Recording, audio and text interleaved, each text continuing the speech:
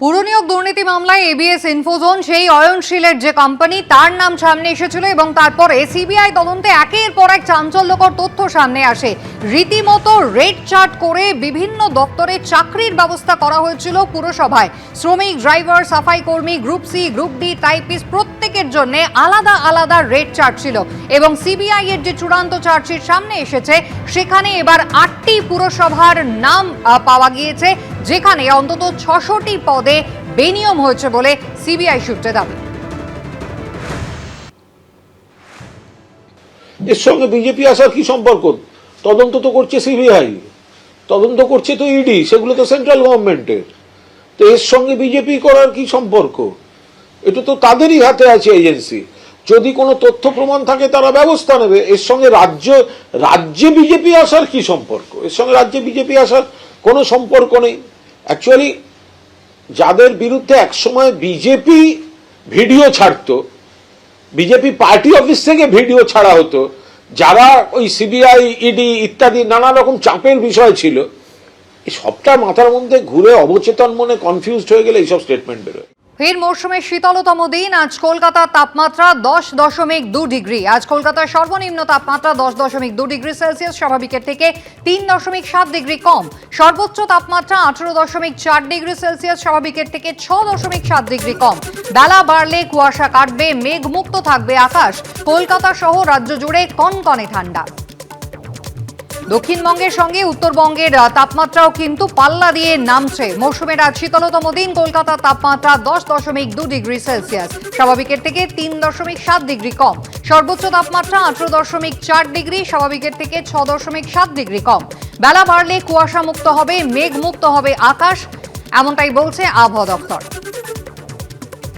সস্ত্রীক ভেনেজুয়েলার প্রেসিডেন্ট মাদুরোকে গ্রেফতারের পর থেকে ভেনেজুয়েলার রাজধানী কারাকাসে লাগাতার বোমা চলছে, গুলি বর্ষণ হচ্ছে। প্রেসিডেন্টের প্রাসাদের কাছে প্রায় 45 মিনিট ধরে গুলির শব্দ।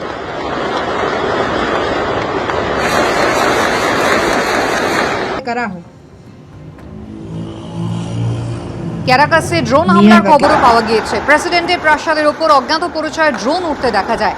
ড্রোনগুলির উদ্দেশ্যে গুলি চালিয়েছে নিরাপত্তারক্ষীরা। জলপাইগুড়িতে টাটা মোটরসের শোরুমে তাণ্ডবের ঘটনায় এখনো অধরা অভিযুক্তরা। জেলা শাসকের কাছে টাটা লক্স অটোমোবাইল প্রাইভেট লিমিটেডের নামে শোরুমের কর্ণধার। শোরুমের জায়গা দখলের চেষ্টা বাধা দিলে হামলা হয়, ভাঙচুর চালানো হয়, এমনটাই অভিযোগ। শোরুমের কর্ণধারকে শিলিগুড়ির কমিশনারেটে যেতে বললেন ডিএম, এমনটাই সূত্র মারফত খবর। পাল্টা শোরুম কর্ণধারের বিরুদ্ধেই জমি দখলের অভিযোগ করেছে হামলাকারীরা। হামলাকারীদের সঙ্গে শাসক দলের যোগাযোগ রয়েছে, এমনটাই অভিযোগ করেছেন শোরুমের কর্ণধার। এর সঙ্গে তৃণমূলের কোনো যোগ নেই, কিছু হলে পুলিশ পদক্ষেপ করুক। অভিযুক্তদের সঙ্গে তৃণমূলের যোগ উড়িয়ে পাল্টা দাবি করেছে স্থানীয় নেতৃত্ব। কোনো পদক্ষেপ যদি না নেওয়া হয় তাহলে কারখানা বন্ধ করে দেওয়া হবে। তাণ্ডব নিয়ে মুখ্যমন্ত্রীর হস্তক্ষেপ চান টাটা শোরুমের কর্ণধার। বিস্তারিত জানিয়েছেন আমাদের প্রতিনিধি রাজা চট্টোপাধ্যায়। রাজগঞ্জ বিধানসভা কেন্দ্রে এই টাটা লক্স প্রাইভেট কোম্পানি লিমিটেডে গত শনিবার এখানে কিন্তু তাণ্ডব বটে। যে অভিযোগ উঠেছে যে এই যে শোরুমটি রয়েছে এর ঠিক ডান দিকে একটি 10 কাঠা জমি রয়েছে, সেই জমিকে বিবাদকে কেন্দ্র করে কিন্তু উত্তপ্ত হয়ে ওঠে এলাকা। গত শনিবার যারা অভিযোগ করছে কর্তৃপক্ষ যে কিছু সমাজ বিরোধী তারা কিন্তু এই যে পাশে যে 10 কাঠা জমি রয়েছে সেই জমি হড়প করার চেষ্টা করছে, সেই নিয়ে কিন্তু বিবাদ বাধে। গত শনিবার যখন তারা এই জমিতে কনস্ট্রাকশনের কাজ শুরু করেছিল তখন কিন্তু মালিক পক্ষ বাধা দেয়। ঠিক সেই সময় কিন্তু মালিক পক্ষকে মারধর করার চেষ্টা করে এবং তাদের দুটো গাড়ি ভাঙচুর করা হয়। ঠিক আমার ডান দিকে যে এই শোরুমে ঢোকার যে মূল গেট, সেই গেটে তারা তালা মেরে দিয়েছিল। পরবর্তীকালে ভোরের আলো থানার পুলিশ এসে এই গেটের তালা খুলে দেয়। এই পরিস্থিতিতে অভিযোগ পাল্টা অভিযোগ হয়েছে, দুই পক্ষই অভিযোগ জমা পড়েছে থানাতে এবং এখন পর্যন্ত কিন্তু গ্রেপ্তারের সংখ্যা 0। এবং আজকে বাধ্য হয়ে এখানকার যে কর্ণধার রয়েছে বিশাল আগ্রওয়াল, তিনি কিন্তু আজকে জেলা শাসকের সঙ্গে দেখা করেন। 1 ঘন্টা তাদের মধ্যে বৈঠক হয় এবং জেলা শাসক কমিশনারের সাথে কথা বলেন। কমিশনারের তরফ থেকে জানানো হয়েছে আগামীকাল এই বিশাল আগ্রওয়ালকে কমিশনারে দেখা করতে হবে। বিশাল আগ্রওয়াল যেটা বলছেন, একবার তিনি মুখ্যমন্ত্রীকে জানিয়েছিলেন, কোনো রকম সদুত্তর পাননি। ফের কিন্তু তিনি মুখ্যমন্ত্রীর দ্বারস্থ হচ্ছেন।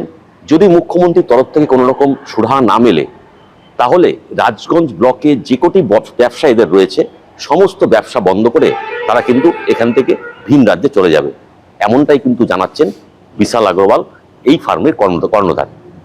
ক্যামেরায় রাজদীপ মন্ডল, চট্টোপাধ্যায়, এবিপি আনন্দ, জলপাইগুড়ি। এবিপি আনন্দ, এগিয়ে থাকে, এগিয়ে রাখে।